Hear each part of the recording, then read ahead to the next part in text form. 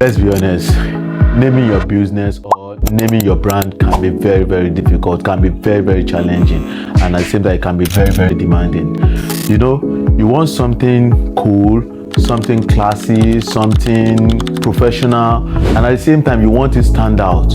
Many of us end up choosing a name that we only understand it. Let's say you have a business, you name it Chioma Ventures or Titi's Glam, and then suddenly you are wondering, this name, does it really represent where my business or my brand should go? Does it really speak of how I want my brand to be? Or maybe you've not even started a business yet, you are still in the phase of researching for the perfect brand name for your business. Either ways, today I'm going to break down 3 things you must do before naming your business so that your brand name can work for you and not against you. Calm down, calm down. It's going to be simplified, it's going to be easy and be practical as well. Before we go too far, subscribe to my YouTube channel, like, drop a comment, and most importantly, on your post notification. You might be wondering, why does my brand name really matter? Well, you need to get this straight. Your brand name is like your first impression people get of your business. It's just like your own handshake.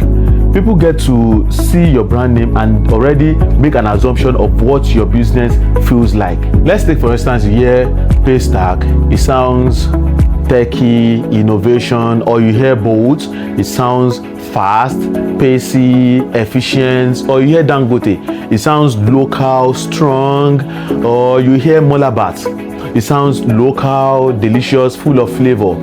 That is what your brand name should be about. It should be able to speak for itself before you even open your mouth to say anything. I remain your host, Osein. O to the S to the E to the I to the N. Osein, not Oseini. Now, back to the business of the day. The first thing you should do before naming your brand or your business is to know who you are naming it for.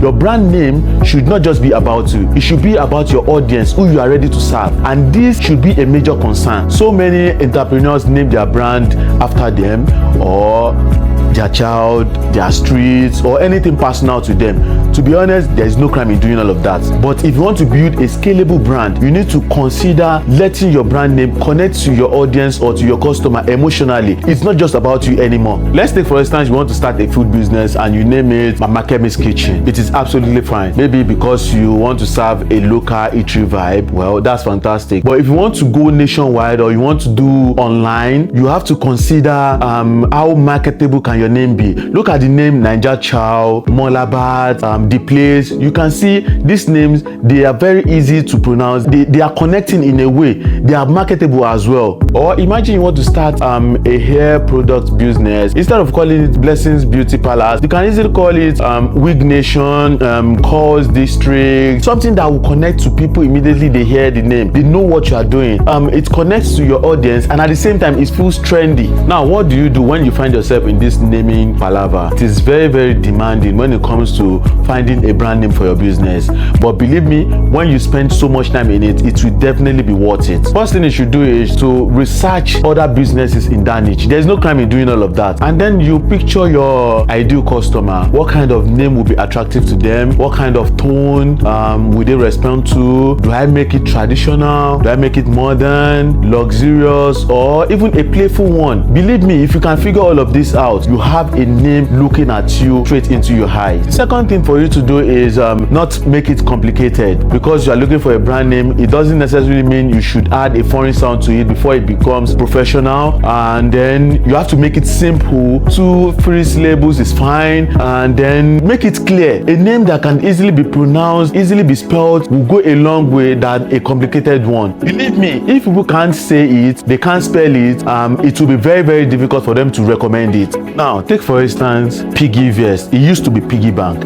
You see how short, trendy Piggyverse sound. You can say for a fact that it's a tech kind of movement that involves people. Or you say Kuda Bank. It's short and memorable, easy to pronounce. You know, now compare that to Stevens Global Technology Investment. Who is ready to listen to all of that? Who is ready to climb all of that? It is lengthy, it's not memorable, and it is stressful as well. So people will not connect to the name because of of how lengthy it is, you should focus majorly on where you want to position your brand in the market. This will help you streamline the process of naming your brand. Or let's say you are into real estate, you try to settle for a name that is quite stable and also trustworthy. A name like Prime City Homes, Oakdale Properties, name like that. You don't just pick a name because it is catchy. You pick a name because it is strategic. It is placing you directly in the market where you want it to belong. So if you've done all of this, the next thing to do is to ask yourself a question as a customer. Is it easy to pronounce? Does it fit my brand image? Can I build a story around it? If you can answer these 3 questions successfully, believe me, you have a brand name looking at you directly. Now, the third and the final part, the final thing for you to do before you settle for a business name is to check if it is available.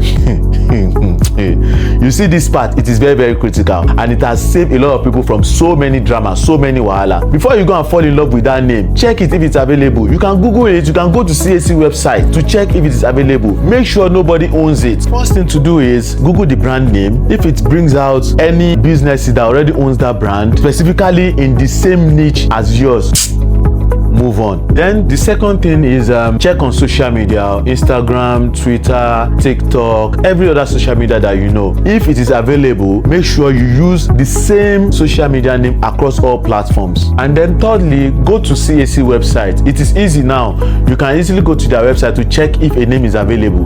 Once it is available, register it immediately. Then the last thing you should do is to check the availability of the domain name. For you to be running a business, you should always look at the bigger picture of it. In the nearest future, you might scale up. Sales might demand you having a website. So it is best for you to secure the domain name, because that is really your property.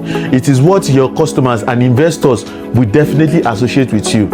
For example, imagine you starting a clothing brand and your customer base is basically on Instagram. You are making a lot of sales on Instagram, and you thought about, okay, it's time for you to open a website. You are trying to check the domain name and it's gone. It's going to be very, very painful. That is why it is very, very smart for you to just secure the domain name as soon as you have brand name. So here are tips I think you should follow when you are trying to get your brand name. First thing first, try as much as you can to get at least 3 brand names, different names that you think would work. Say it aloud to yourself, speak to people about it, ask your friends, look for people in your target market, ask them about it, seek their opinion, and be ready to listen to criticism as well. So let's recap everything we've been discussing all the while. The 3 things you should do before naming your brand. The first thing is to know who you are naming it for. Don't just make it about yourself. Consider your audience, consider your customer base. And then the second thing is to make it simple. Don't complicate things. Simple name, 2 syllables, 3 syllables, at most 4 syllables is fine. And then the last thing is to make sure it is available. Check CAC, check Google, and also on social media platform. Make sure you use unified name across all platforms. And then you need to remember that a good brand name is not just about words. It's your brand story in one line. So whether you are just starting afresh or you are trying to rebrand, take your time to choose your brand name wisely. If you already have a business name, drop it in the comment section. Let's review it together. Or if you are still brainstorming, trying to start up, we can easily do that together. Send me an email, drop it in the comment section. We can do that. I can help you out to come up with a good brand name that will definitely work for your business and not against your business. Don't forget to like, drop comment, subscribe, share, and most importantly, on your post notification. I'll see you in my next video.